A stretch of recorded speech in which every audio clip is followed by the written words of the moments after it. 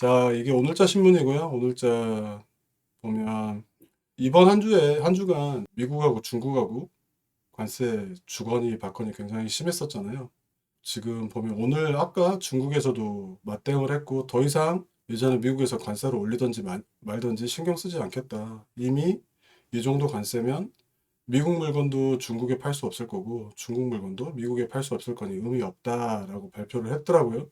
그래서 지금 그 발표가 나서 네, 선물 체크를 해보니까 선물이 거의 반응도 않더라고요. 나스닥 선물이. 지금 나스닥 선물 어떻게 됐는지 한번 잠깐 볼게요. 나스닥 퓨처.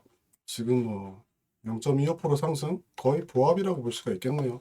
어느 정도 지금 시장에서 관세 관련해서는 사람들이 이제 나올 거 다 나온 거 아닌가 이렇게 생각하는 것 같고, 물론 오늘 좀 이따 10시 반에 장이 열려야 되겠지만, 지난 목요일이나 수요일이나 화요일 요때처럼 뭐 널뛰기 하지는 않을 것 같은데, 어떻게 될지 한번 봐야 될 것 같고, 그 다음에 지금 미국에서는 중국에다 관세 더 높였고 중국에서는 그걸 맞받아 쳤잖아요. 그리고 나서 트럼프 대통령은 지금 중동으로 떠났죠. 시진핑 주석은 동남아로 순방을 떠났고, 이분들이 보면 일단 관세로 두 나라가 전쟁하는 거, 싸우는 거 1라운드는 끝났다고 생각을 하고, 트럼프 대통령 같은 경우는 중동으로 가서 이란을 좀 다잡으려고 하는 것 같고, 그리고 유가, 지금 미국에서 가장 큰 문제시 되는 게, 걱정을 하고 있는 게 관세 10% 올리면서 이번 달 CPI는 물론 수치가 꽤 낮게 나왔는데 아마 다음 달에는 수치가 높아지지 않을까라고 걱정을 하고 있는 상황에, 가장 중요한 게 트럼프 대통령은 이제는 유가라고 판단을 하신 것 같아요. 그래서 중동 쪽 가서 이란도 다 잡고 유가 관련해서 좀 컨트롤도 하고 이럴 생각이 아닌가 싶네요. 바이든 대통령 때 사우디 같은 경우는 되게 말 안 들었었잖아요. 그 만나자고 그러면 중국 가버리고 딴 데 가버리고. 반면에 시진핑 주석 같은 경우는 어차피 우리 혼자 알아서 살아남겠다. 대내적으로는 천명을 한 상황이고, 아마 다음 주 정도에 대규모 그 내수 부양책이 쏟아져 나올 것 같고, 그리고 대외적으로는 미국과 동맹 중에서 가장 좀 약한 고리라고 볼 수 있는 동남아 국가들 있잖아요. 그 동남아 국가를 좀 자기 쪽으로 포섭을 하러 지금 순방길에 떠난 거 아닌가 싶어요. 이번에 트럼프 대통령이 상호관세 20 몇 퍼센트 매기는 거를 90일 정도 유예를 했었잖아요. 그때 유예를 했을 때 시장에서 반응이 처음에는 트럼프 대통령이 강공으로 밀어붙였다가 약간 봐주는 듯 하면서 결국은 10% 관세 매기는 것조차도 감사하게 만드는 전략이었다라는 의견이 더 많았는데, 하루 정도 지나고 나서는 트럼프 대통령이 30년물 미국 국채 금리 치솟는 거 보고 약간 겁먹었다. 약간 이런 내용도 있기는 하더라고요.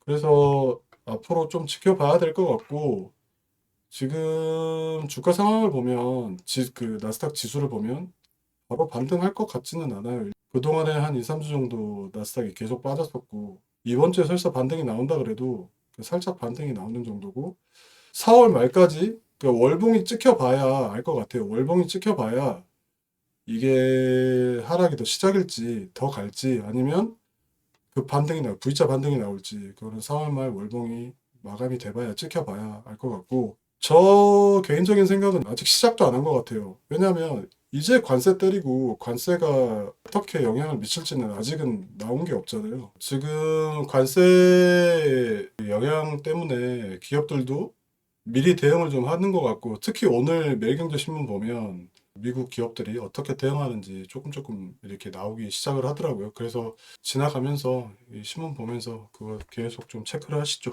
그래서 아무튼 관세 전쟁 1라운드는 끝난 것 같다. 이제 2라운드가 뭘로 시작될지 좀 지켜봐야 될 것 같다. 지금 시장에서 그 트럼프 대통령의 관세 더 높였을 때 중국에서 30년물 국채를 시장에 그 조금 조금 팔았다라는 루머가 돌고 있고, 그래서 트럼프 대통령이 놀래서 관세는 때리긴 때리되 언제든지 대화할 용의가 있다, 이렇게 이야기했다는 뭐 그런 기사인 것 같습니다. 예, 여기도 보시면 90일 관세 유예 결정적 이유는 심상치 않은 미국 국채, 뭐 이런 얘기. 자, 지금 그 미국 국채 있잖아요. 미국 국채 10년물하고 30년물 지금 가격이 어떤지 한번 볼까요? 5년물부터 볼게요. 5년물은 살짝 올랐네요. 최근 한 5일 보면 5일 동안은 이 정도. 그 다음에 10년물. 미국 국채 10년물은 어디 봅시다. 오늘은 지금 약간 상승하고 있고 최근 5일간 금리가 살짝 조금 방향 좀 올라갔죠. 이때보다는. 그리고 30년물 한번 봅시다. 30년물은 30년물 오늘 또 오르기 시작하네요. 지금 5일 지금 금리 차트인데 좀 많이 오르긴 했네요. 아무튼 미국 국채도 이런 거 같고 미국 국채 금리 올라갈수록 미국 트럼프 대통령은 좀 고민이 많아질 것 같은데 좀 계속 지켜봅시다. 어떻게 될지. 자, 그 다음에 이거 관세 쇼크에 월마트 영업이익 전망 철회. 미국 소비자들 가격 오를라 생필품 가전 사재기하고 있다. 지금 미국 유통업체들 월마트나 뭐 타겟이나 우리나라의 다이소 같은 뭐 달러트리인가 뭐 이런 업체들이 있는데 그리고 10대들의 놀이터라고 하는 파이브 빌로우라는 그런 유통체인도 있고 그런 업체들 가장 큰 문제가 중국에서 이제 물건을 갖고 와서 팔기가 쉽지가 않을 것 같아요. 그러면 당연히 가격이 올라갈 테고 이것 때문에 미국 물가가 올라가는 거 아니냐. 사실 이번에 CPI 나왔을 때도 그 예상치보다 일부에서 높게 나올 수도 있다라는 얘기를 했었거든요. 2월 달부터 미국에서 중국산 그 수입품에 대해서 관세를 부과하기 시작했으니까. 근데 그게 이번에는 많이 좀 반영이 안 된 것 같다라는 그 전문가들의 분석이었고. 그래서 미국의 물가 관련해서 본 게임은 5월달 CPI, 5월달 발표될 CPI부터 할 것 같아요. 그러니까 한 달 뒤에. 미국이 지금 리세션 얘기도 경기 침체 얘기도 나오고 있잖아요. 그래서 실업률 수치, 이 두 수치가 어떻게 나오는지가 클 것 같은데 제 개인적인 생각은 트럼프 대통령이 90일 유예 관세 때리는 거 그게 투자자들 입장에서는 굉장히 안 좋은 것 같아요. 투자자들이 가장 싫어하는 게 불확실성이 높아질 때가 되게 싫은 거잖아요, 우리들은. 아예 그냥 강공으로 밀어붙였으면 차라리 그냥 이런가 보다 하고 그냥 주가에 다 반영돼서 그 상황에서 이제 그 주가를 분석하고 들어가면 되는데 이거는 90일 동안 계속 널뛰기 장세 이어질 것 같고 그 다음에 미국도 이런 물가 상승 계속 압박이 있을 것 같고 그 다음에 경기 침체 얘기 나올 것 같고 실업률 수치 어떻게 나올지 또 촉각을 기울여야 될 것 같고 그 다음에 또 유가 움직이기 시작하면 또 그것도 이슈가 될 것 같고 그래서 우리 코로나 이후로 미국에서 금리 그 파월 나와서 금리 관련해서 이야기하거나 뭐 CPI 발표할 때 우리나라 사람들은 엄청 그거 뭐 실시간으로 보고 그랬었잖아요. 아마 조만간에 또 그런 상황이 되지 않을까 싶어요. 지금 돌아가는 상황이 지금 끝난 게 하나도 없어서. 그래서 좀 앞으로 힘든 주식장이 되지 않을까 이런 생각입니다. 가짜인수 시도 멈춰라. 올트먼 오픈 AI CEO죠. 올트먼이 머스크랑 소송전이다. 원래 이 사람들 같이 시작했는데 왜 이렇게 싸우는지 모르겠네. 경계 무너진 편의점, 대기업 슈퍼, 대기업들. 지금 보시면 우리나라 유통산업이 굉장히 좀 급변하고 있는 시기인 것 같아요. 처음에 어떻게 보면 이마트, 홈플러스 이런 오프라인 큰 유통점들이 장악을 하고 있다가 갑자기 이제 그 티켓몬스터가 처음으로 나왔죠. 티켓몬스터, 쿠팡, UF 이런 애들이. 그리고 나서 온라인 업체 중에서 지금은 거의 쿠팡만 살아남은 상황이잖아요. 옥션은 거의 존재감도 없고 그다음에 신세계도 쓱닷컴 해놓고 그게 그렇게 효과가 없는 것 같고 그래서 오프라인 쪽에서 오프라인 업체들끼리 경쟁을 하다가 이제 오프라인하고 온라인 업체들끼리 이제 전쟁을 하는 그런 상황이 되는데 지금 돌아가는 상황은 거의 쿠팡이 온 오프라인 다 잡아버린 상황인 것 같고 최근에 네이버가 이제 또 그 쇼핑 새벽 배송 이쪽 시장에 뛰어들어서 쿠팡하고 네이버하고 온라인에서는 지금 격돌을 하는 것 같고 오프라인 쪽에서는 편의점하고 그 기업형 슈퍼들 있잖아요. 이런 업체들이 또 경쟁을 하고 있는 것 같은데 참 안타까운 게 저는 이런 것 같아요. 우리나라 시장이 굉장히 작잖아요. 그래서 이런 유통업체들이 해외로 나가서 좀 잘 나가면 좋을 것 같은데 롯데 쇼핑 같은 경우에 중국에 나갔다가 다 실패했고 이마트도 중국으로 나갔다 실패했고 그 다음에 롯데는 또 러시아도 진출했었는데 러시아 우크라이나 전쟁 나면서 또 완전히 망가져 버리고 그 다음에 동남아 쪽으로도 진출했었는데 롯데마트 같은 경우에 인도네시아도 진출했었고 거기 현지 업체 인수해서 그것도 딱히 이렇게 성과가 없는 것 같아서 유통업체들이 우리나라 국내 시장 말고 좀 해외 시장에서도 좀 적극적으로 공략을 해서 해외 시장에서 좀 길을 찾았으면 좋겠어요. 그 얼마 되지도 않는 5천만 인구 대상으로 자꾸 이렇게 경쟁하고 치열하게 너무 피 터지는 것 같아서. 그 다음에 이 기사 있잖아요, 이거. 이게 뭐 서초동에서 메이플자이 3,300가구 입주 시작하니까 전세값이 뚝 떨어졌다. 저는 이런 부동산 기사 볼 때마다 이게 이런 게 시사하는 바가 꽤 많은 것 같거든요. 그러니까 인위적으로 집값을 잡으려고 위에서 누르려고 하고 규제하고 자꾸 덕지덕지 법을 이거저거 추가를 해봐야 결국은 풍선효과만 나고 주위 집값 계속 다 오르고 강남 잡으려고 그렇게 난리를 쳐도 안 잡히잖아요. 강남 집값은 급등하면서 그 주위에 과천, 그다음에 강북에 있는 뭐 성수동, 한남동 이쪽으로 계속 확산돼 가고 너무 이렇게 부동산 규제 위주로만 하는 것보다도 어떻게든지 어떤 방식으로든지 이렇게 공급을 늘려가는 이런 방식이 가장 좋지 않나 이렇게 생각을 하는데 지금 보면 여야나 전부 다 그 부동산 규제 일변도여서 이런 정책은 저는 조금 다시 한번 좀 고려를 해보는 게 좋지 않을까 공급 늘리는 쪽으로 어떤 방법이 됐건 간에 그 얼마 전에는 되게 황당한 그 정책도 나왔잖아요. 실제로 입안이 된 건지 안 된 건지는 모르겠는데 집을 살 때 그 우리나라 공공 그 회사 있잖아요. 뭐 LH 같은 주택공사 같은 회사 반은 개인이 내고 반은 주택공사에서 내서 5대5로 나라가 50% 가지고 개인이 50% 가져서 집을 사자.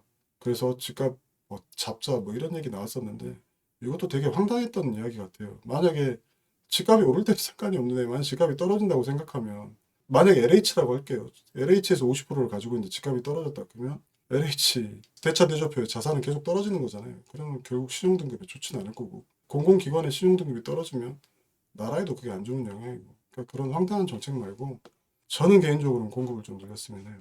그냥 잡을 거면 집값 계속 되게 지금 문제시 되고 있는 강남 쪽만 좀 핀셋기주에서 굉장히 좀 강하게 잡고 다른 데는 좀 풀어주고 이게 뭐 파는 사람도 있고 사는 사람도 있어야 뭐 거래가 되든지 말든지 하지 지금은 거래 자체가 없으니까 높은 가격에서 하나 팔리면 그게 바로 시장가가 돼버리더라고요.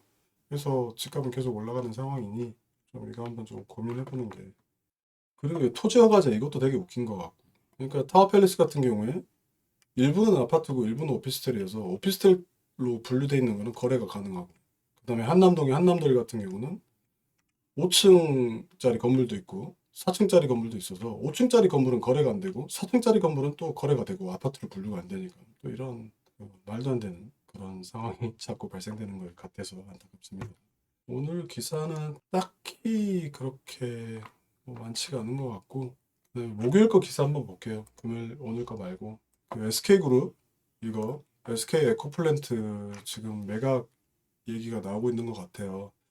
SK 에코플랜트가 옛날 SK 건설이잖아요. 지금 건설 경기도 안 좋고 SK 그룹뿐만 아니라 우리나라 대기업들이 약간 자금난을 겪는 것 같기는 해요. 하나 같은 경우도 유상증자 단행한다고 그러고 그다음에 하나 사업을 담보로 또 뭐 대출받기도 하고 하나 뭐 사업을 내놨다가 다시 매각 후 그다음에 재임대하는 이런 형태로 자금 올리는 것 같기도 하고 SK 같은 경우는 과거 SK 건설 에코플랜트 자회사니까 그 에코플랜트 자회사 중에서 폐기물 처리 업체들을 꽤 많아요. SK 건설이 그동안에 폐기물 업체들 한 두세 개 정도 인수를 했었는데 그걸 지금 전부 다 매각하려는 것 같고 그 다음에 얼마 전에 SK에서 또 SK 실트론 또 매각 이야기도 나오더라고요. SK 실트론 같은 경우에 그 SiC 화합물 반도체 그 웨이퍼 있잖아요. 전 세계에서 그 SiC 화합물 반도체 웨이퍼를 만들 수 있는 몇 개의 업체 중에 하나인데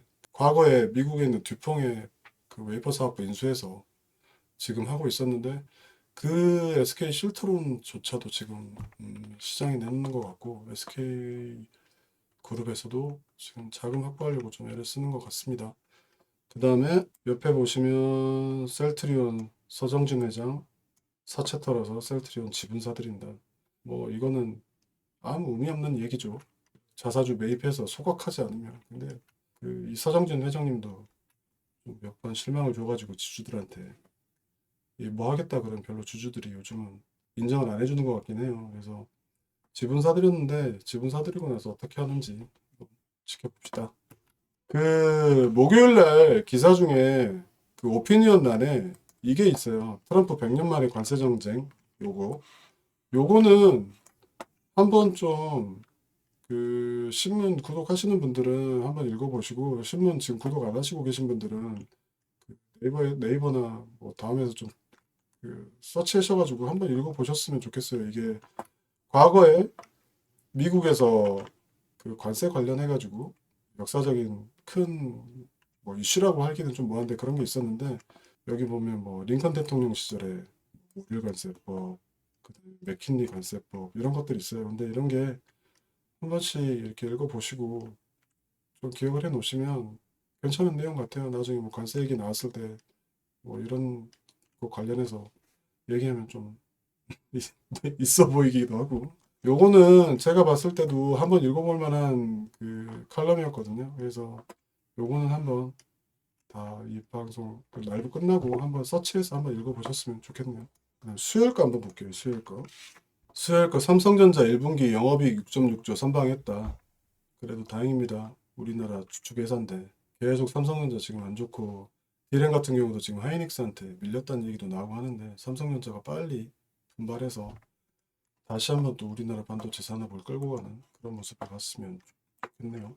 이 반도체 업황 전망에서 그 반등이냐 수요 위축이냐 이런 의견이 분분한 것 같은데 지금 양쪽 다 뭐 맞는 말인 것 같고 가장 큰 문제는 근데 그 반도체 중에서 디램 같은 경우는 중국이 이미 다 따라와 버렸잖아요.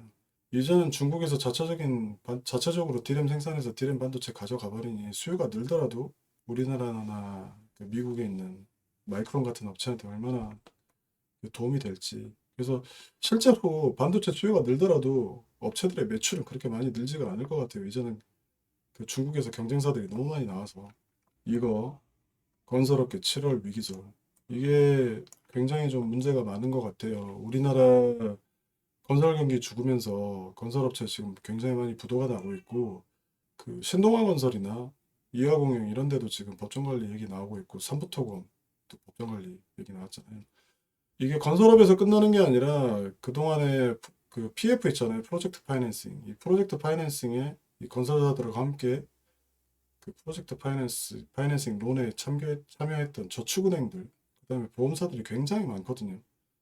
그다음에 그 업체들이 만약에 건설사들이 부도나기 시작하면 프로젝트 파이낸싱 같은 경우도 그 엎어질 가능성이 크고 여기에 투자를 했던 대출을 해줬던 저축은행들, 그다음에 새마을금고나 이런 금고들, 제2제3금융권 쪽에서 굉장히 문제가 커질 가능성이 크거든요. 여기다가 지금 우리나라 경기 안 좋으면서 업체들 기업 대출 같은 경우도 기업 대출 연체율이 높아지고 있고 부도율도 높아지고 있고 개인 가계 대출도 마찬가지고 여기에 건설업계 7월 위기설 그러니까 건설업계 7월 달에 문제 많이 생긴다 이런 게 많이 현실화되면 그때는 정말 힘들어질 것 같은데 좀 이 부분은 유심히 좀 체크하는 게 좋을 것 같아요. 4일간 비행기 5대 띄워서 뭐 아이폰 긴급 수송했다.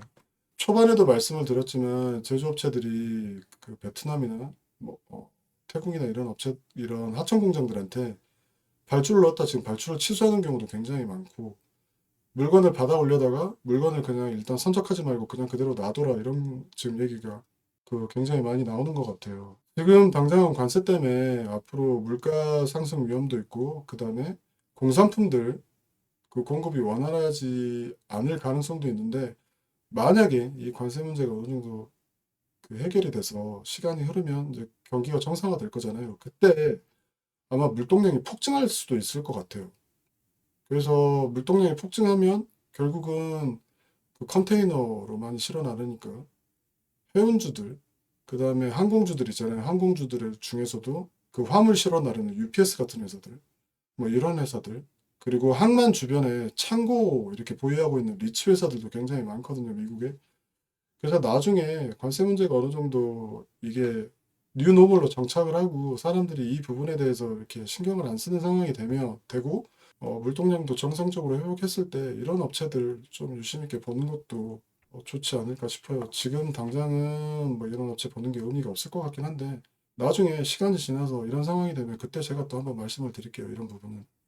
이 트럼프 한마디에 일본 뭐 US 스틸 인수 청신호 뭐이 부분도 뭐 해준다고 그랬다가 안 한다고 그랬다가 되게 말이 많은데 어떻게 될지 모르겠네요. 이거 웬만한 제 생각은 미국에서 절대 안 팔 것 같긴 한데 US 스틸을 일본에서도 또 굳이 이거를 굳이 살려고 하는 이유도 정확하게 잘 모르겠고 그러네요. 최근 들어서 국민연금 최근뿐만이 아니죠. 계속 지금 국민연금 이게 지금 문제가 되고 있는데 국민연금 자꾸 이렇게 개혁한다고 보면 그 젊은 세대들한테 짐을 더 떠넘기는 것 같아서 이게 좀 방향 자체가 왜 더 내는 쪽으로 가는지 모르겠더라고요. 그냥 수익률을 올리면 될 거잖아요. 국민연금 잘 굴려가지고 수익률 높이면 이런 문제 없을 거고 캐나다나 호주나 미국 같은 경우에 국민연금 수익률이 거의 두 자릿수 된다고 하는데 우리나라 같은 경우 이번에도 수익률 높다고는 하나 환율호가 빼면 여전히 한 자릿수 떼고 만약에 자신 없으면 30년간 매년 30%씩 수익 냈던 드라켄빌러 같은 분한테 국민연금 좀 운영해달라고 맡겨도 될 것 같고 굳이 왜 이런 식으로만 항상 조정을 하려는지 모르겠어요. 그래서 국민연금도 이제는 좀 수익률 관리에 좀 신경을 쓰고 이쪽 부분에 좀 머리를 맞대서 방안을 찾아보는 게 좀 바람직하지 않을까 개인적인 생각은 그렇습니다. 아까 말했던 SK 실트론 5조 원 가치 이거 매각 준비 중이다. 롯데케미칼 현장 경영 글로벌 시너지 창출할까 뭐 롯데 같은 경우는 괜히 소매 유통하던 그 그룹이 괜히 케미칼 쪽에 손대가지고 지금 롯데도 위기인 것 같고 혹시 여러분들도 지브리 하시나요? 그 챗GPT에다가 지브리 형태로 이미지 뽑아달라고 너도나도 지금 한다고 하던데 그 지브리에 소속된 그 작가들은 흥분하고 난리더라고요. 지브리를 뭘로 알고 이런 식으로 싸구려 취급하냐. 이거 지금 난리더라고요. 다들 그 프로필 사진 봐도 다 뭐 지브리풍으로 돼 있고 뭐 건물도 약간 지브리풍으로 이렇게 올려놓는 사람도 있기도 하고. 근데 이런 거 저작권 문제 안 되나요? 제가 봤을 때는 이거 저작권 문제 있을 것 같은데 지브리 측에서 조용히 안 있을 것 같긴 한데 아무튼 뭐 건설업 안 좋으니까 지금 시멘트도 안 좋고 버퍼링 심하니까 금요일날 하지 말까요? 그냥 화요일만 할까요? 일주일에 한 번씩만 그 여기 보면 한섬 장원영 효과의 싱글벙글 그 가끔씩 기업들이 이제 모델들 써가지고 무슨 효과 봤다고 하잖아요. 근데 이게 실제 효과가 있는 건지 효과가 있으니까 기사가 됐겠죠. 저는 항상 이런 기사들 볼 때마다 이게 정말 효과가 있나 그런 생각이 들더라고요. 효과 있어요? 그 옛날에 그 컬리 있잖아요. 컬리 마켓 컬리 마켓 컬리 그분 창업자분도 그 컨설턴트 출신이시거든요. 그분도 그때 마켓컬리 굉장히 하반에 확 떴을 때 그때 전지현 씨 모델로 써가지고 확 떴다고 하더라고요. 근데 그게 뭐 7, 8억 모델비 줬을 거잖아요. 그 이상으로 효과가 있다고는 말씀을 하시던데 그래요. 효과가 있나 봅니다. 저는 이런 모델이 있다고 해서 뭐 더 사거나 그러지를 않아가서 형진 님이 효과 있다고 하시네요. 역사적 폭락, 미국 증시 역발상 투자 통할까? 사람마다 다르니까. 저 같은 경우도 한 달 전에 이미 그때부터 하락장이라고 생각하고 준비를 해왔던 사람이고 지금도 여전히 하락장이라고 생각을 하고 있어요. 저는. 그래서 모르겠습니다. 제가 틀릴 수도 있고 제가 맞을 수도 있지만 자 조만간에 어떻게 되는지 나오겠죠. 자 오늘 신문 기사는 이 정도인 것 같아요. 수요일, 목요일, 금요일에서 주로 기사 내용들이 관세 내용이 많아서 그 관세 중심으로 거의 신문들이 돌았고 지금 아무튼 관세는 1라운드 아까 말씀드렸다시피 1라운드는 이제 끝나는 것 같으니까 다음 주에 지금 중국하고 미국에서 어떻게 나오는지 보고 한번 우리가 또 대응을 해보죠.